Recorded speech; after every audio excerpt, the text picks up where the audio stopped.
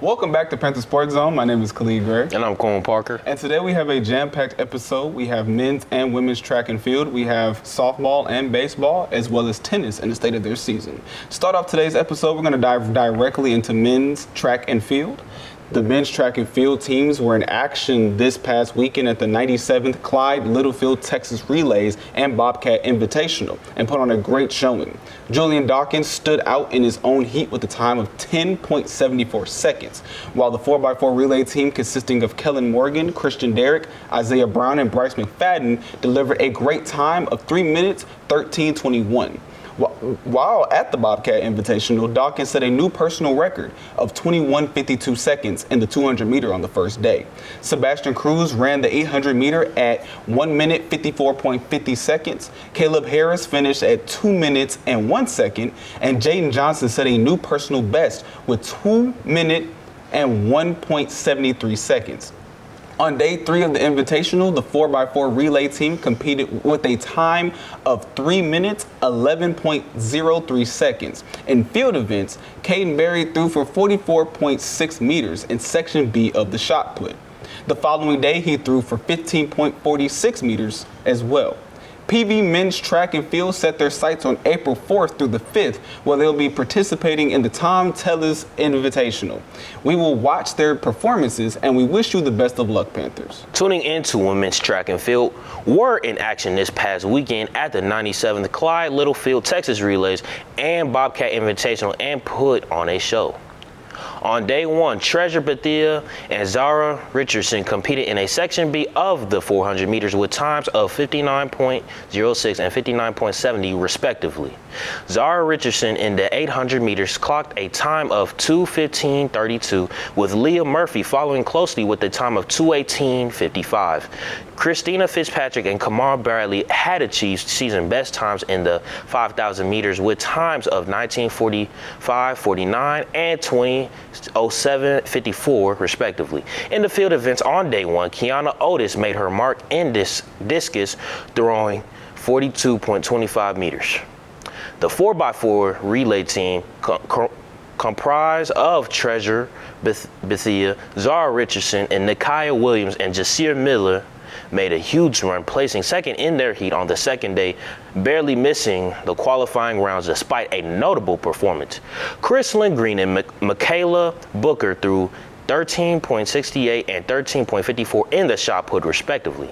Leah Murphy and Maya Clark achieved personal records in the 1500 meter, with Leah Murphy finishing at 4:56 and 15 and Maya Clark finishing at 4:59:38.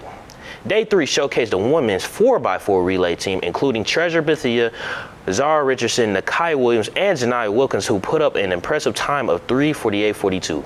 Miller competed in a Section A of the 400 meters with a time of 56.02. Next, for the women's track and field team is Tom Tellers Alumni Invitational in Houston, Texans on April 4th. We wish our Panthers very good luck. Moving forward, we're going to dive right into men's baseball. Prairie View men's baseball fell to the FAMU Rattlers 2-7 in the third game of the 3-game series between the two, where Prairie View walked away from the visit with 0 wins. Prairie View started trailing 2-0 to the Rattlers in the first inning and responded in the second with a run scored by Jordan Williams from an RBI by Mason Hexel. In that same inning, the Rattlers scored 2 more runs in the second and another in the third. Prairie View went scoreless in the ninth, where Ahmad Donato's RBI set up for the run. Despite this, Prairie View still fell to the Rattlers at the end of the ball game. Prairie View faces Houston Christian University April 2nd, where they will look to regain much-needed momentum. And Cohen, something I kind of want to ask you real quick is that we've seen the performance of the Panthers as they continue this season. So what are you seeing from this squad? Well, ladies and gentlemen, it's not going to be an easy one. We said it is going to be historical, but we didn't say it was going to be easy. They are winning as much as they are losing. And I'm saying this because they're winning as much as they're losing. It's going to be a hard-fought season. They are still in the fight for the SWAC tournament. I think it's just going to take a lot of more hard work. Our coach, he's doing very well with our team, and we're going to see a lot. We're going to see a lot of great stuff coming. It's just fighting. We're just fighting, we're fighting, we're fighting. And we're just going to do great. For sure, and to kind of shorten it before we skip on to the next story, we've seen them participate at the Cactus Jack Classic. Right. We've seen how dynamic they could be against competition. We've seen the first game. The first game was a blowout. Then, played Texas Southern the next game, and then we ended up playing, I think it was Southern last game, the final game of the Panther Sports Classic. We've seen these people go out. We've seen these players go out there, have played their best. Braden, I think it's Braden Johnson. Braden Johnson, our graduate student, number 17.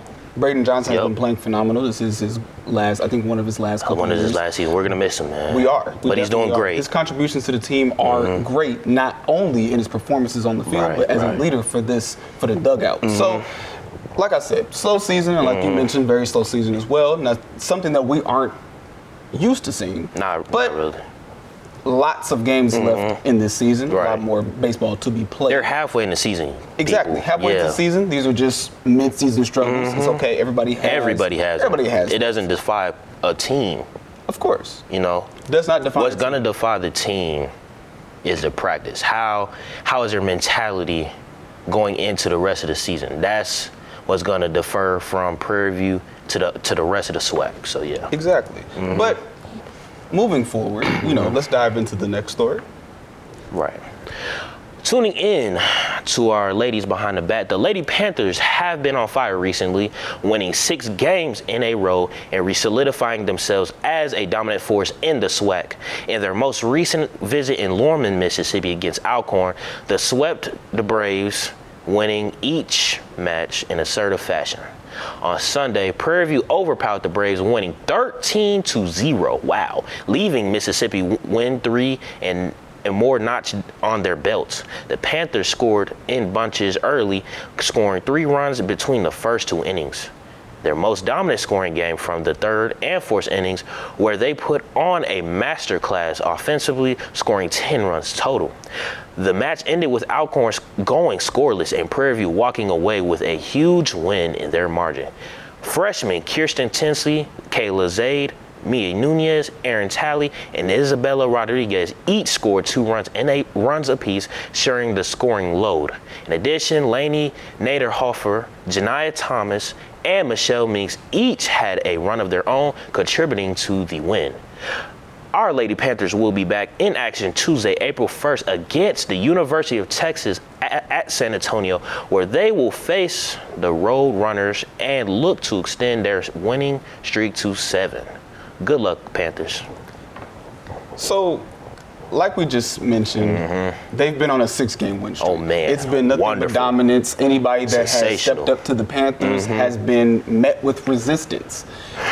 We've seen them do this twice. They swept both teams that they played. Obviously, Alcorn was the most recent victim. But when we look at the numbers, 13-0. I know one game went 15. I think it was 15-5. Right now they are the team in the SWAC. So you've been on the field with these ladies. What are you seeing on the field? What are you seeing in their dugout? If only words can't even describe. It's just elite. These ladies, they've been working day in and day out. Coach Bland has been working with these girls a lot, and we're number 1 in the power rankings of softball. I wasn't surprised. I was just taken in by all, because these ladies, they are the definition of hard work and dedication, and last year they were just 1 win away from the SWAC championship, so we know what they want. We've been looking around. We're proud. I can't. They're doing amazing. It's emotional. They're doing great, and I'm very proud of them. For sure. So with their season kind of, with the season being midway, let me not say ending, with their season being midway. Oh yeah, it's only midway. It's only midway, crazy. And that's insane. Seeing how much they have done, seeing how much they have done, and seeing how much they've accomplished. What's your idea of the ending season SWAC championship? What do you think is going to happen around that time? Predictions, I guess. the trophy. I mean, we do have some seniors going, graduate students going, but it is respectively a young roster. So it's just a start of a dynasty for real, you know.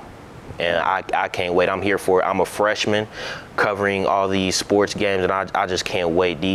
Like freshman Kirsten Tinsley, she's looking to do this for her next 4 years. So everybody watch out for her, man. For sure. For sure. So we're going to move straight on to our last topic of discussion for today's episode. We're going to dive right into tennis. Prairie View's men's and women's tennis were at the SWAC Roundup this past weekend and unfortunately did not come up with a much-needed win. After the huge win they got a few weeks ago against the conference rival Southern, the men's team has fallen back into their losing streak with their last 5 games resulting in losses. The women's have been having a very different season when facing conference opponents. From March 7th to March 15th, the women's team won 4 straight, yet have fallen to the same losing streak as the men's team's facing. The men's team now has 2 more games left, and the women's have 3, all before the SWAC championship on April 18th. But there is much that can happen between the time that the season wraps up. But with all that being said, Panther Sports Zone is glad that you guys are here every Monday, Wednesday, Friday. We enjoy making these shows for you guys, and honestly, I wouldn't be anywhere else, honestly. No. This has been Panther Sports Zone with Khalid Gray and Cohen Parker, and we'll see you guys in the next episode of Panther Sports Zone.